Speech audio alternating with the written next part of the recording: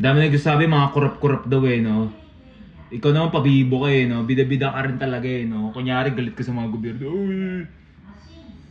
Ikaw nga eh, pag tumutuog ka sa fishball, doble-doble yung pinagkukurot mo sa sa tindero.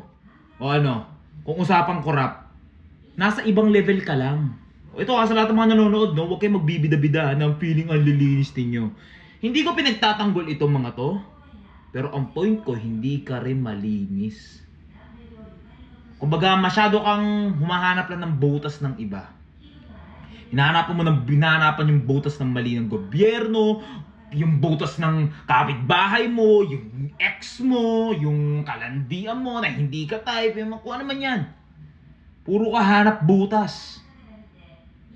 Diba? Isipin mo, kung ikaw ay nandun ka sa posisyon ng gobyerno, baka mas matakaw ka pa. Baka mas marami pang kinakabig mong pera. Kasi dito pa lang sa fishbowlan pa lang, grabe ka namang gulang eh.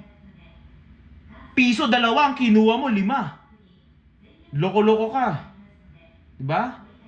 Kurap ka rin. Walang pinagkaiba yun sa fishbowl, sa pera. Maliit lang yun sa'yo kasi nasa mababang posisyon ka. Pero kung naando ka sa posisyon ng mga gobyerno, ganun din ang kukunin mo. Kaya huwag ka magmamalinis. Ang gawin mo, huwag kang humanap ng butas ng mali ng iba. Hanapin mo yung butas mo. Lupitan mo muna yung sarili mo. Tingnan mo nga yung side yung chest mo. Pwede ka na magbenta ng OnlyFans. Sobrang kapal ng tats ng side edit mo. Ba't di ka magawa ng OnlyFans, no? Magbenta ka, para kumita ka. Diba? Pag nagkaroon ka ng pera, hindi gawin mong negosyo, gawin mong kung ano man yan. Hindi yung puro ka putak, hindi ka puro puna ng mga gobyerno.